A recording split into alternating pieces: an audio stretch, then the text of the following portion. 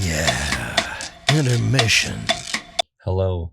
For this video, we're going to go over really quickly how you can prep your document, kick out a PDF for printing a booklet or a zine quickly from your created document. These steps are pretty easy and pretty straightforward. There's just a couple things that you want to keep in mind. There's just a couple things that you'll want to make sure that you do, checking the correct checks boxes, and this will help ensure that your finished piece will have correct pagination. Once your booklet is complete, you'll come up to File, Export. You can save this, Grand Dog. Save it to the desktop, make sure it's an Adobe PDF, and you'll say Save. From here, make sure that your page is checked as all.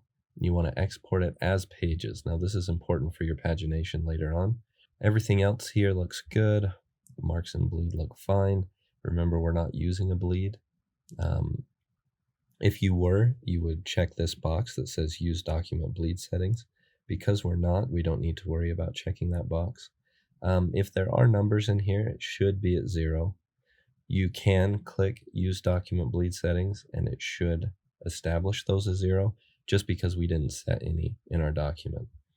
And then we can say Export. After that exports and is ready to go, I will open that file up in Adobe Acrobat, and we can go from there. So here's my file in Adobe Acrobat.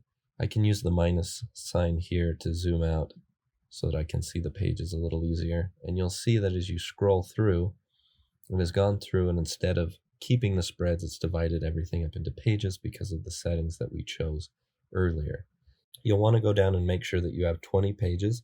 If you have more than that, it should be divisible by 4. So again, 20, 24, 28, 32, etc. As long as you set it up in 4s, you shouldn't have any printing issues this way. You can also go into the left corner down here of Adobe Acrobat, and if you just hover your cursor down here, you'll be able to see what size your document is. If it's 5.5 by 8.5, then you're ready to go. If it's any bigger than that, that would indicate that you set up a bleed. And again, you don't want to bleed for this project. It's not going to hurt anything going forward from here, but it might be a good thing to go back into your InDesign document, take off that bleed, and then resave your PDF.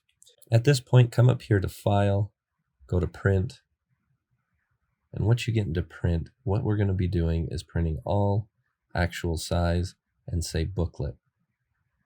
Now what a booklet does is this automatically paginates the pages for you. I've kept the page numbers on here on all the pages so that you can see how this works out. And down here you would have a little bit of a view of what's happening. So if you imagine an invisible line going down here, because this is where you would fold it, you have page 1 happening here, which is your cover. You have page 20 back here, which is your back cover. And as you go through here, you should see 2, 19, 3, 18. And this is perfect. This is what we want, because as you print this out, again, it will be able to come off your LaserJet printer at home.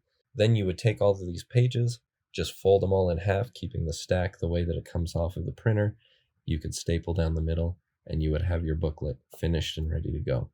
So again, make sure that you export as a PDF from InDesign with pages selected instead of spreads. If you do pick spreads, what you'll see happen down here is each page will have 2 pages on it. So you would have a spread over here and then a spread on this side. It would double up those pages and it wouldn't give you what you were looking for. So just make sure that you export as pages. So those steps are about all that you'll need to know to get this book to print. Go ahead and follow these and see if you can get your PDF to come out this way. And if you have a printer, you could test printing this out and see if the booklet works for you. And have a wonderful day.